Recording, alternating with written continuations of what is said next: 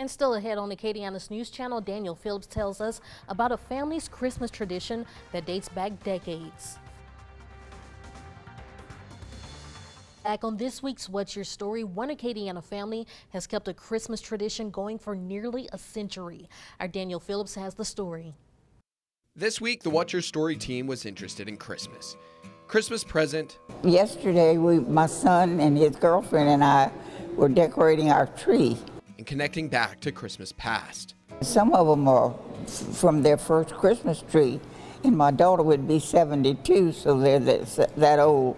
During 1930, the end of 39, 40, 41, and part of 42, we had spent a couple of Christmases in the air raid shelter.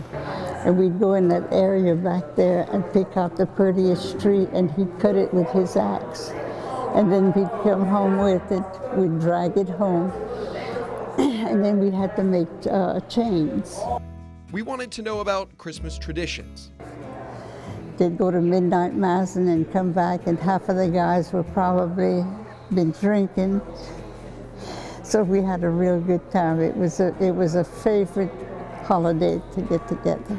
Every Christmas Eve, they had a party, and the whole family came. I like the holiday season, you know, it's eating good food and meeting with the family and visiting. Those moments spent with family.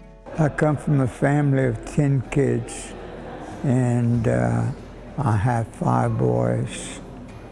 And everyone would get together for Christmas time. Yes.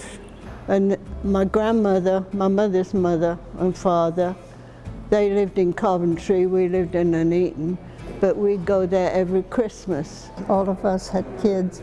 We'd all go spend the night at Mama's house on Christmas Eve. One year we'd have it at my mother's at noon, and my mother-in-law's at night. And next year we'd rotate, go back the other way. All gathered around the big Christmas feast. And by the time you got through eating dinner, it was almost time for supper.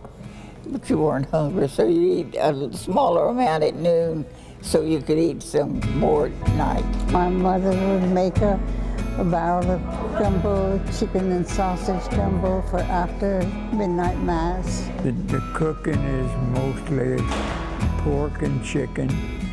Noticing how Christmases have stayed the same or how they've changed. I find that during the war, people were more congenial, they pulled together. Of course, it's always nice, but back then, everybody just was so full of love. So from all of us on the What's Your Story team, have a very Merry Christmas. In Lafayette, I'm Daniel Phillips, KTC TV3.